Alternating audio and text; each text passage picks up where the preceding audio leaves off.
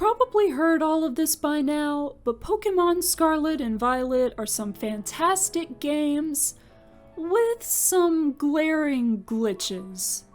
I don't by any means believe that the games being rough around the edges diminishes their greatness, but I still wanted to talk about what this kind of thing indicates for Pokemon as a whole.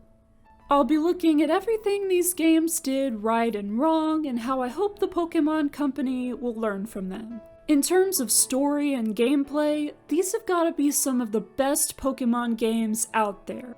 I personally believe that Pokemon games' quality has stayed consistently good throughout the years, but these games are something else. They're the first truly open-world main series Pokemon games. Supposedly there is some intended order of things you're meant to do, but the point is that the game doesn't keep you in linear progression like previous generations. I also love what they did with the story. In previous games, the main character's central goal was always to earn gym badges and get to the Pokemon League, with everything else like the villainous team plotlines getting in the way of that goal. In Scarlet and Violet, however, the three main storylines, Victory Road, Path of Legends, and Starfall Street, are differentiated in such a way that they all feel equally important. How those stories unfold is truly up to the player based on what their motivations and priorities are. And they're all well written with interesting plots and complex developed characters. One thing that Pokemon fans often lament is the fact that games will inevitably be missing a certain number of Pokemon. But now there are officially over 1,000 different Pokemon, and that would be a lot to put into any one game regardless of its size. I guess people still wish that the games had whatever number more than they do, even so. In Scarlet and Violet, the Pokemon from previous generations included were often ones that hadn't appeared in a main series game for a while, such as the Go-Goat line. It's hard to make exceptions, but there does seem to have been some legitimate deliberation involved. Speaking of things being left out, let's talk about the state that the games were released in. It's clear that they would have benefited greatly from some extra development time. From what I've seen and heard, most of the glitches seem to be graphical rather than game-breaking to the point of hindering progress, but the fact remains that the games are not as polished as would be expected from a Nintendo release.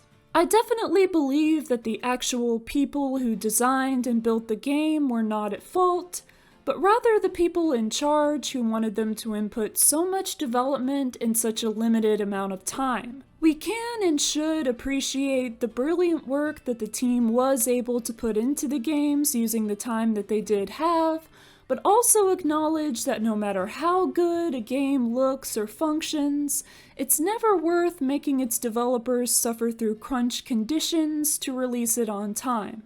In my opinion, a better way to have done things would have been to release Brilliant Diamond and Shining Pearl in fall 2021, Legends Arceus in fall 2022, and Scarlet and Violet sometime in 2023, probably also the fall. Pokemon has been adhering to their 3 years per generation model since Generation 5, but right now they're making all these different games on a system that inherently requires more work to be done on them. Scarlet and Violet of course sold very well, but the glitches have been talked about all over the internet, which definitely doesn't look good for the Pokemon Company from a PR standpoint.